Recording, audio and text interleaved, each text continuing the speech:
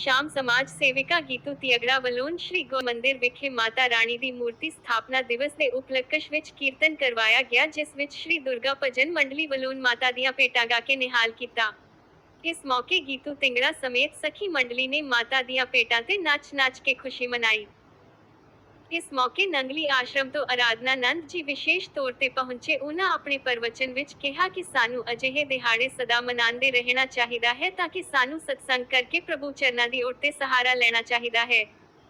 इस मौके गीतू तियगड़ा ने कहा कि 2 साल पहला माता रानी दे आशीर्वाद सदका उन्हां नू कई साल दी इच्छा पूरी करन दा मौका मिलिया सी अते इसे याद विच हर साल ये कीर्तन करवाया जांदा है। माता रानी कृपा करन कि ये कीर्तन मेरे जींदे जी इसे तरह चलदा रहे अते सारी संगत दा सहयोग मिलदा रहे। उन्हां नंगली आश्रम दे बाई जी, उन्हां नाल आई संगत, भजन मंडली अते सारियां संगतां दा भी धन्नवाद कीता। आरती उपरांत छोले कुलचियां दा लंगर अतुट वरताया गया।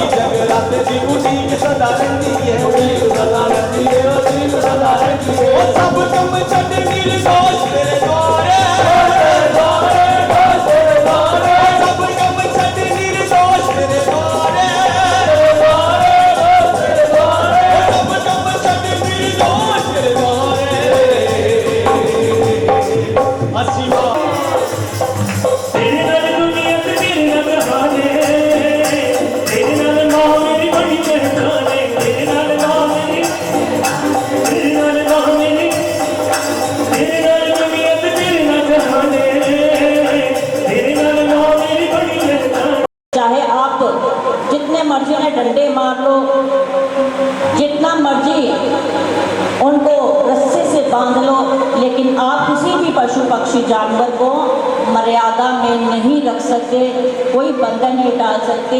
तो एक मनुष्य ही ऐसा प्राणी है जो विवेकशील है, उसके अंदर बुद्धि है, विवेक है, और बिन सत्संग विवेक न हुई, राम कृपा बिना सुलभ न सोई। तो महान पुरुषों ने कहा है कि सत्संग के बिना विवेक हो नहीं सकता। तो ये भगवान की कृपा जब होती है तो हमें विवेक मिलता है। तो हम सब विवेकशील है, आप सब विवेकशील है। तो अपने विवेक के साथ हम मर्यादित रूप में मंदिर के प्रांगण की गरिमा को बनाते हुए बड़े मन चित से सत्संग में बैठे। अब थोड़े समय की और बात है, उसके बाद सत्संग का विराम होगा, आप अपने घरों में जाएंगे। तो वही भाव को लेकर के घरों तक जाना, ये नहीं है कि सिर्फ यहाँ तक किया, इस गेट के बाहर गए, फिर वहीं गेट से बाहर जाकर भी घर तक भी जाकर, और घर के बाद उन बातों को अपने जहन में डाल करके फिर उस पर अमल करके फिर उसे अपने जीवन में धारण करके ही बात बनती है। हमारे जीवन में रंग तभी आता है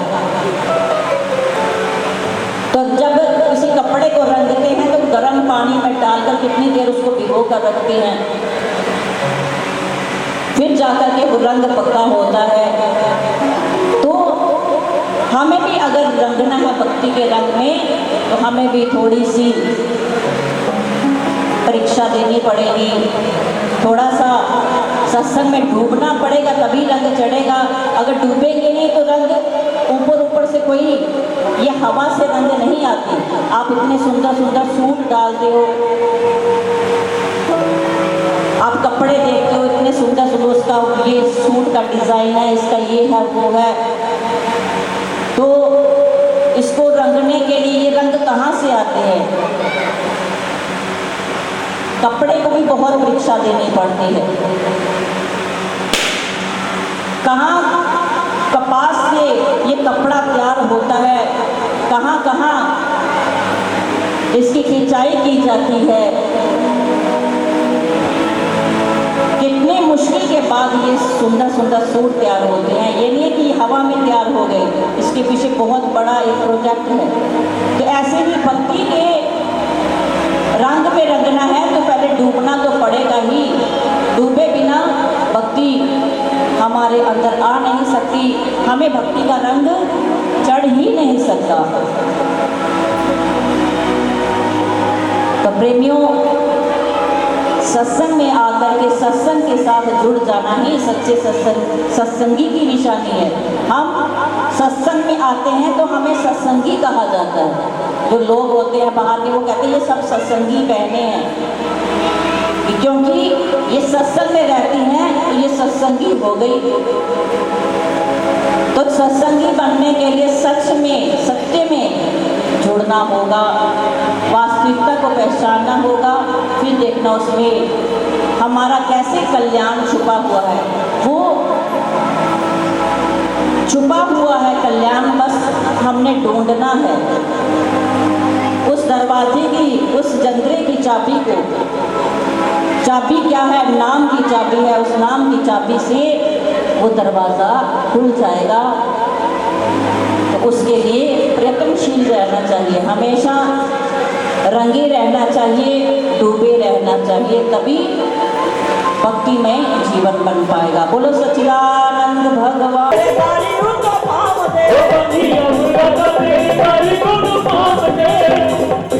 मेरी झोली में गहरे हाथ पा दे, मेरी झोली में गहरे हाथ पा दे। वो तेरा केड़ा